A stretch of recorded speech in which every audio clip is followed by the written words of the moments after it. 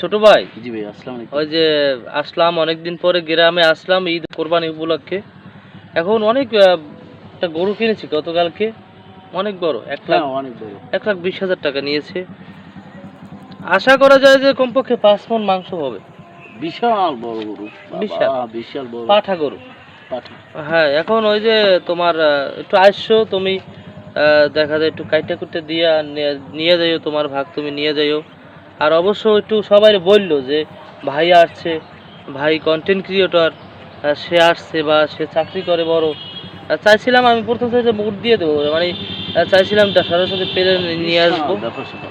পরে আনা হয়নি, তো মনে করো যে পরে আবার সৌদিতে তো 1-2 দিন পরে ঈদ, ওরা ফ্লাইট বন্ধ করে দিচ্ছে। আবার হজের মুহূর্ত, আবার হজের মুহূর্ত, এখন ওই যে ফ্ল্যাটও বন্ধ, সিট খালি পাই নাই বুঝছো।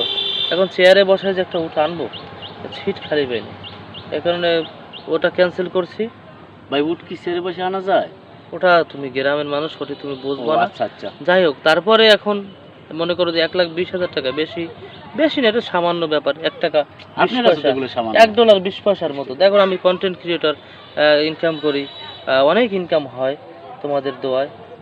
ঠিক আছে, এখন তুমি আসছো, তোমার দাওয়াত। জি, জি ভাইয়া। তুমি গরিব মানুষ, তুমি আসছো। বলে নিয়ম ভাইয়া। না না, ফ্যামিলি নিয়ে আসছো না, ওটি